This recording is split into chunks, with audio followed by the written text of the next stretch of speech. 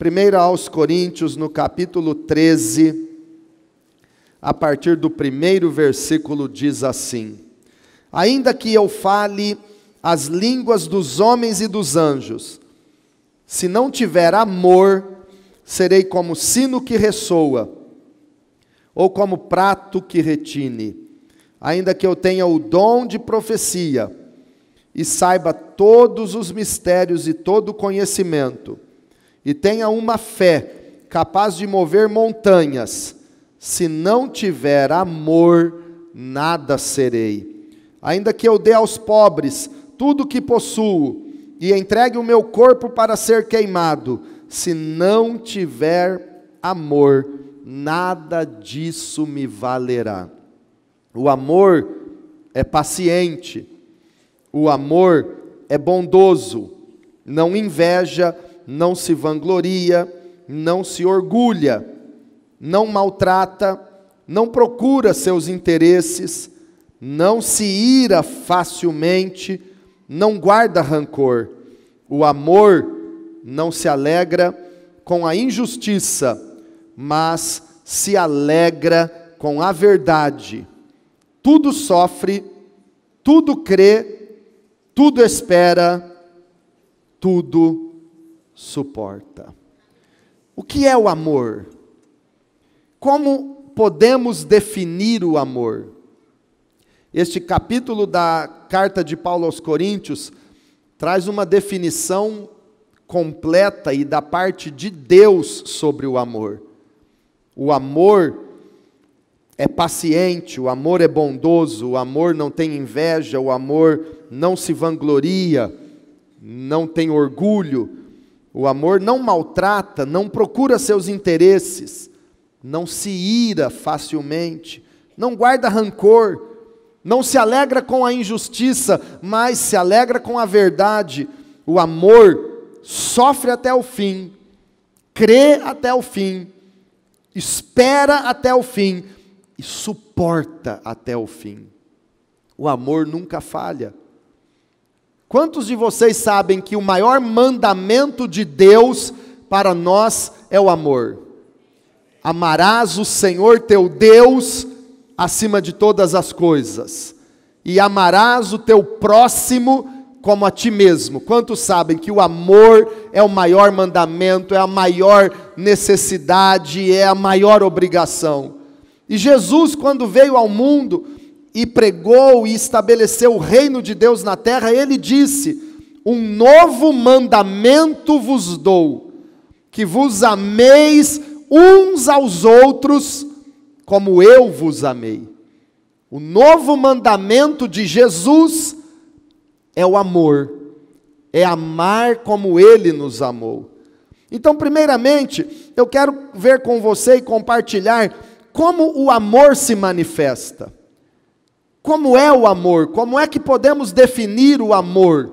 Em primeiro lugar, amor se manifesta através de compaixão. Diga comigo, o amor é compaixão. Compaixão é sentir o que os outros sentem, é sofrer com alguém. Paixão é sofrimento. Quando falamos, por exemplo, da paixão de Cristo, quem assistiu o filme A Paixão de Cristo, estamos falando do sofrimento de Cristo por amor de nós.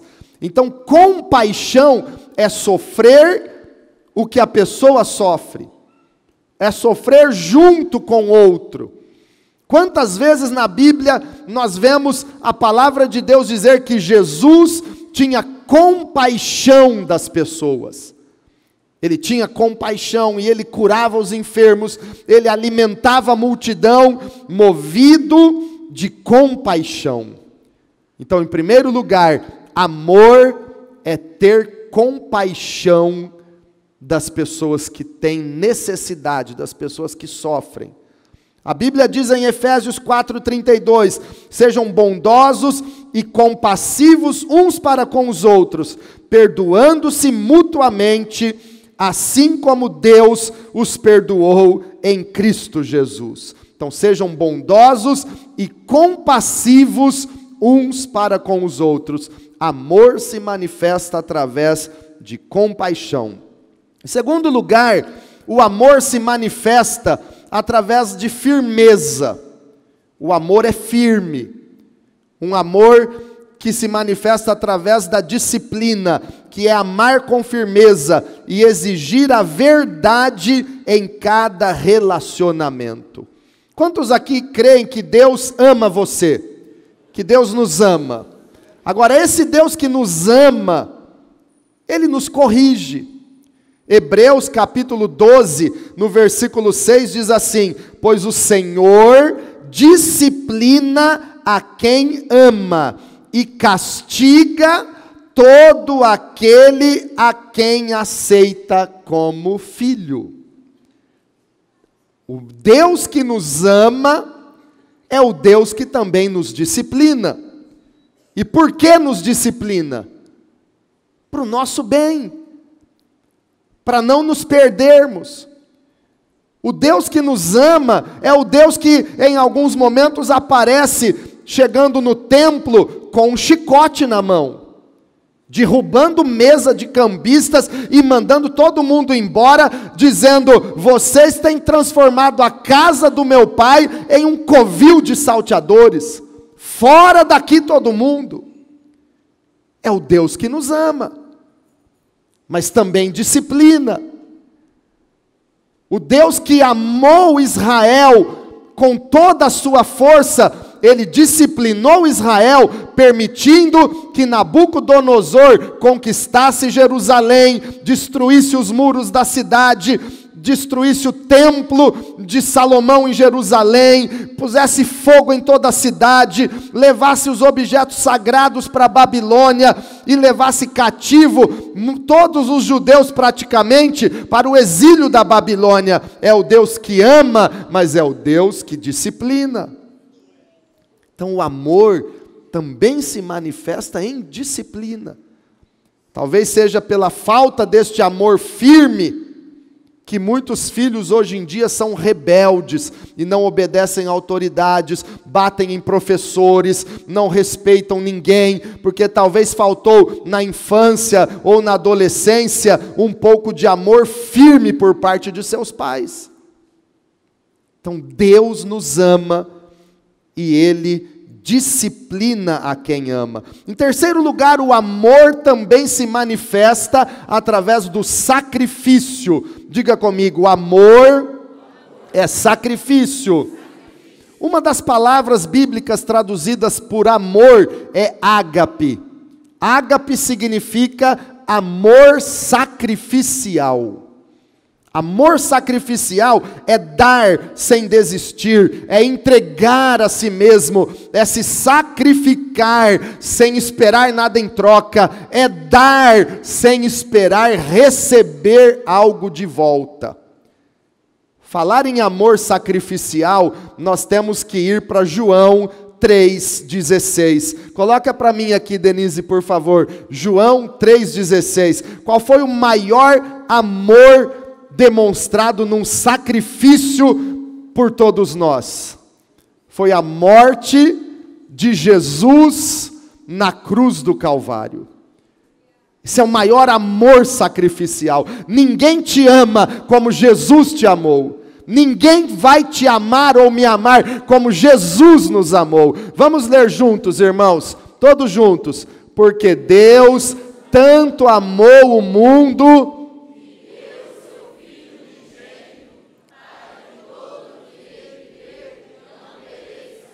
mas tenha a vida eterna. Aleluia! Isso é amor sacrificial. Deus nos amou tanto que Ele deu, Ele entregou, Ele sacrificou o seu Filho unigênito para nos salvar. Jesus nos amou tanto que Ele também se entregou de coração para nos salvar. Vamos para 1 de João 3,16. Amor sacrificial.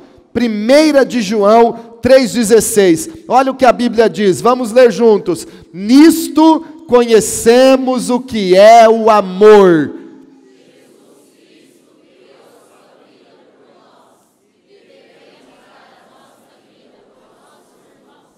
Irmãos, não parece que Ele deu a vida por você, porque uma leiturinha assim tão desanimada, parece que Jesus só passou uma aguinha benta na tua cabeça e só isso.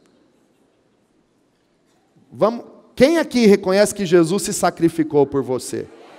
Então vamos fazer o nosso melhor? Nisto conhecemos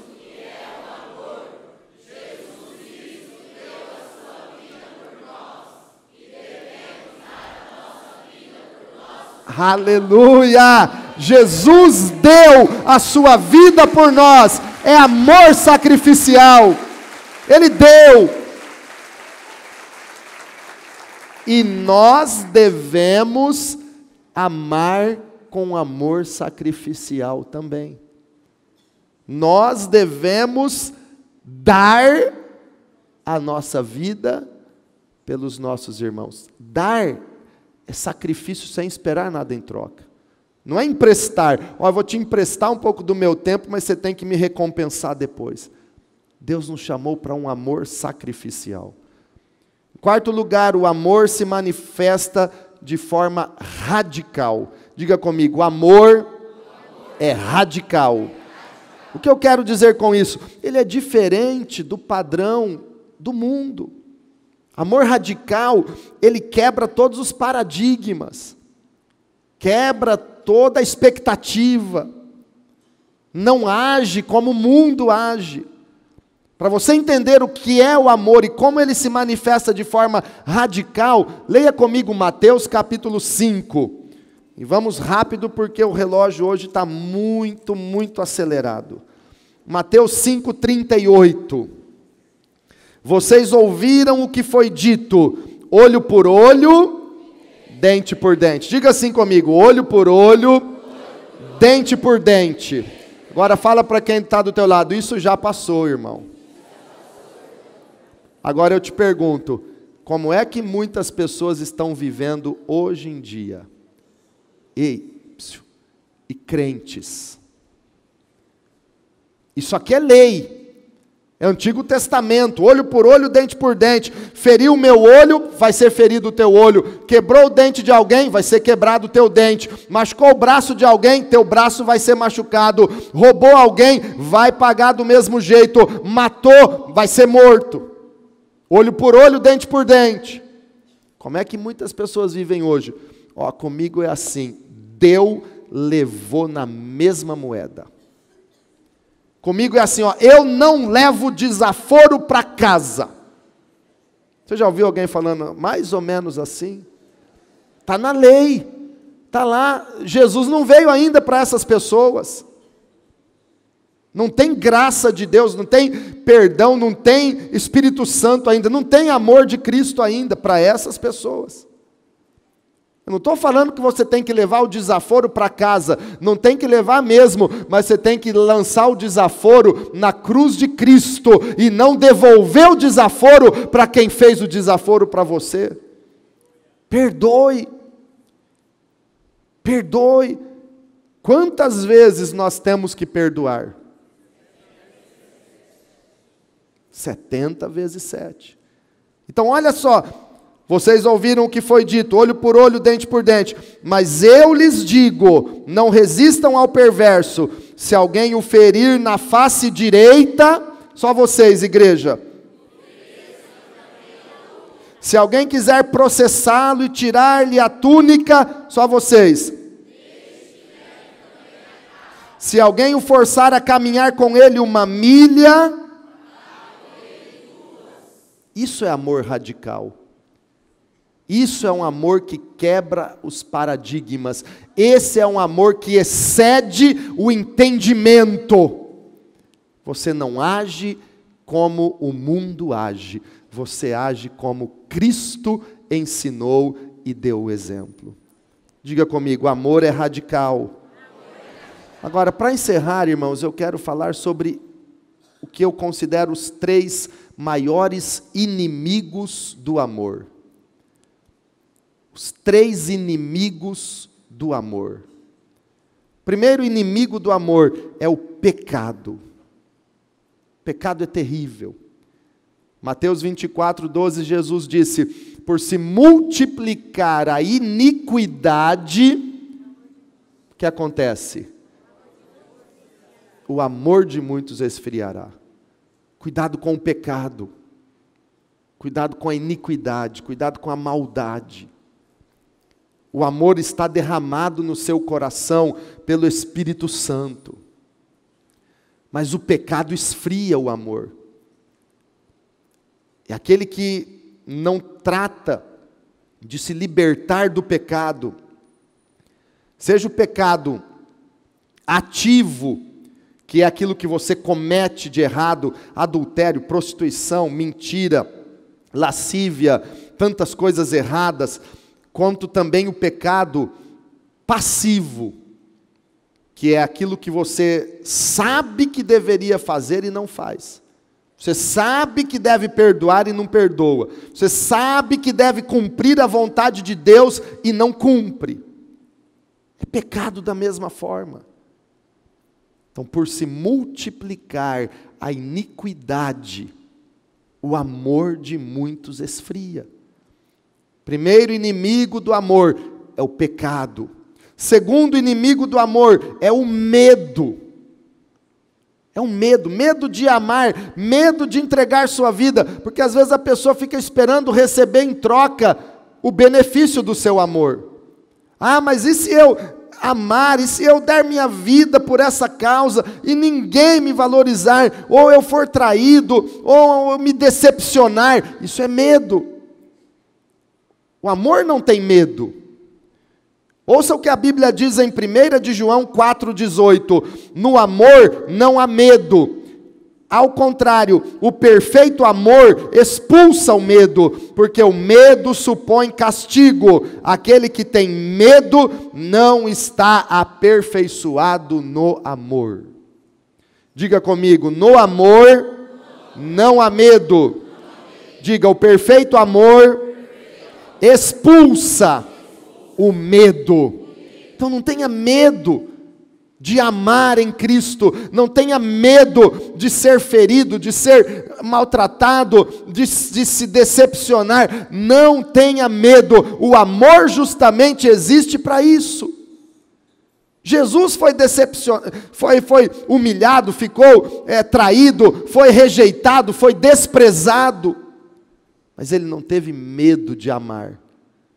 Ele não teve medo de alguém negá-lo, ele não teve medo de alguém traí-lo, ele não teve medo de ir jantar na casa de publicanos e prostitutas, porque ele sabia que essas pessoas iam se arrepender, iam ser transformadas pelo seu amor.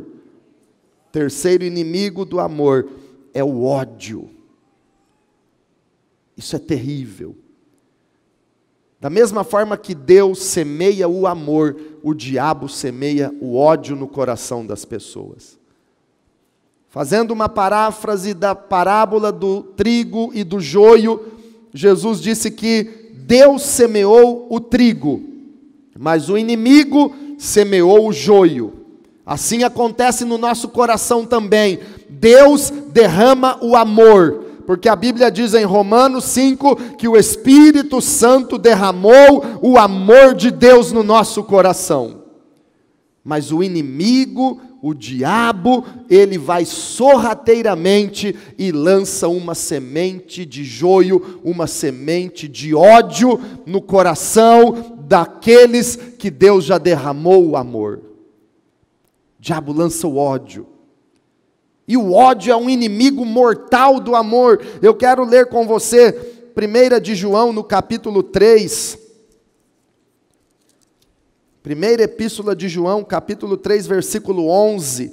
Esta é a mensagem que vocês ouviram desde o princípio. Que nos amemos uns aos outros.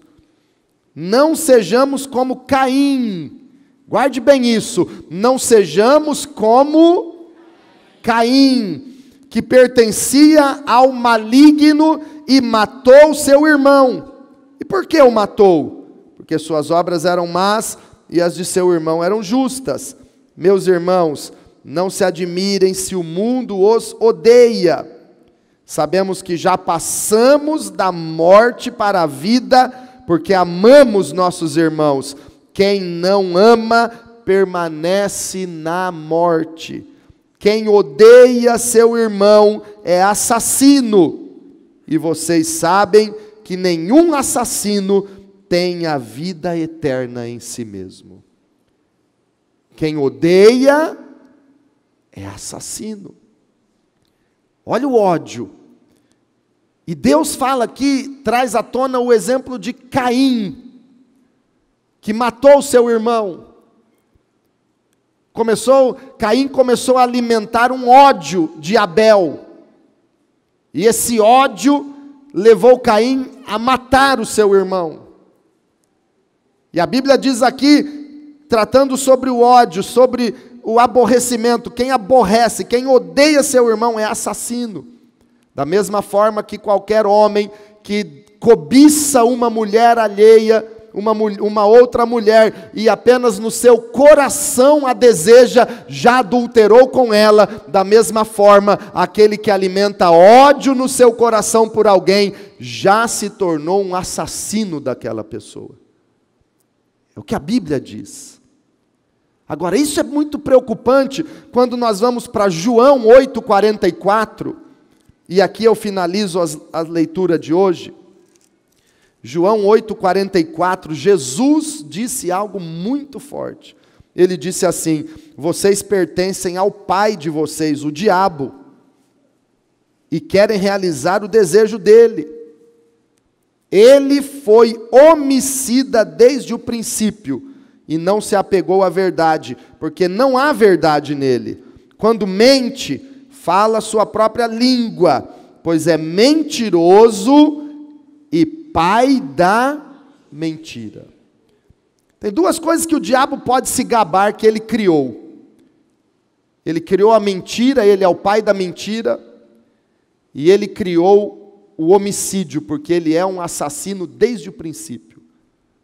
Agora, Jesus disse aqui que o diabo foi homicida desde o princípio. Princípio aqui refere-se a Gênesis. Gênesis em hebraico significa princípio.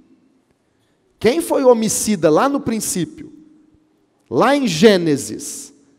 Não foi Caim que matou Abel? Mas quem instigou Caim?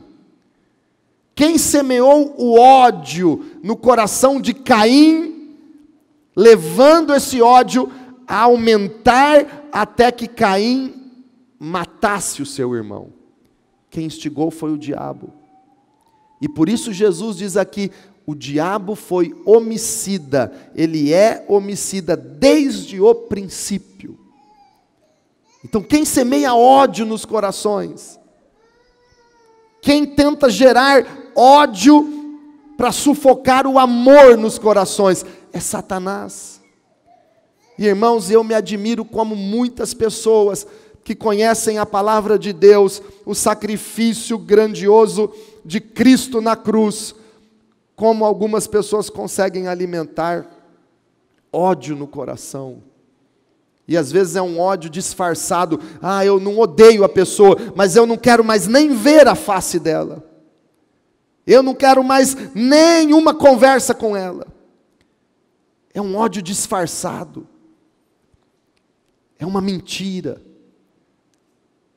Eu ouvi um testemunho de um jovem que esteve na guerra por alguns anos, e ele conta que num determinado dia, após uma batalha, ele estava passando andando no seu exército, na sua tropa, e ele estava quase lá no final, onde estavam os últimos soldados, e ele estava com muita sede. E naquele momento ele viu um dos soldados, que era seu companheiro de batalha, com uma garrafinha de água, e ele pediu um pouco de água fria para o seu companheiro. E aquele companheiro disse: eu não vou te dar, se vira, vai buscar, procure água você mesmo, e lançou um xingamento, e mandou aquele soldado embora. E ele ficou revoltado, e na hora disse para o seu companheiro: um dia eu vou ver você morrendo de sede, pedindo um copo de água, e eu não vou te dar. E foi embora revoltado. E a partir daquele dia, este soldado começou a alimentar um ódio no seu coração e um desejo de encontrar aquele companheiro para matá-lo. E o tempo foi se passando, e a guerra era longa, e o exército muito grande, e eles não se encontraram mais por um longo tempo. Mas a cada dia ele olhava, ele procurava ver se achava aquela pessoa para matá-lo. Ele gerou ódio por ele.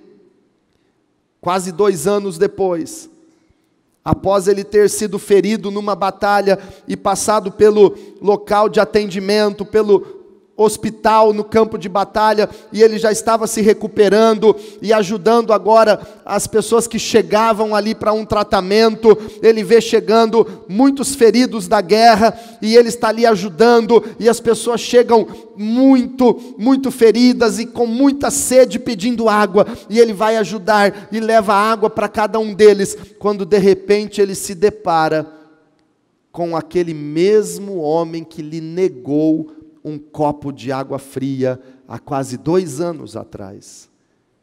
E com muita dificuldade, muito ferido, aquele companheiro de batalha pediu para ele um pouco de água. E na hora, o ódio no coração daquele soldado disse: não dê, deixe ele morrer de sede. Deixe esse miserável morrer de sede. Mas como que num relance, ele ouve uma voz mansa em seu coração dizendo: dê um copo de água fria até para os seus inimigos. E naquele momento, com muita força, ele vai e dá um copo de água fria para aquele mesmo homem que havia negado um copo de água quando ele estava com sede. E aquele homem bebe aquela água com dificuldade, segura na mão daquele companheiro e diz para ele: você não sabe o quanto foi importante você me dar um copo de água fria agora. E há 2 anos, desde aquele dia em que eu te neguei um copo de água, eu me arrependi e eu te procurava para te pedir perdão. Me perdoe. E morreu segurando na mão daquele que agora lhe deu o último copo de água fria. Quando aquele soldado vê o seu companheiro arrependido e que lhe pediu perdão morrer segurando na sua mão, ele sentiu o quanto foi importante ele dar um copo de água fria para aquele que ele estava alimentando tanto ódio. E naquele momento ele olhou para aquele homem já morto, e ele pensou: há 2 anos eu tenho alimentado o ódio e o desejo de encontrá-lo para matá-lo, mas há 2 anos ele tem me procurado para pedir perdão. Ele era melhor do que eu. Ele foi melhor do que eu. Igreja, quantas vezes você permite Satanás lançar um sentimento ruim no seu coração por alguém que não tem intenção nenhuma de te machucar, ou que muitas vezes tem a intenção de te ajudar ou de te pedir perdão, e não sabe como? Ele tem sido melhor do que você. Então vamos clamar a Deus nesta noite, que nos encha de amor, e que nós possamos sair daqui melhores do que nós entramos nessa noite. Fica de pé na presença de Deus.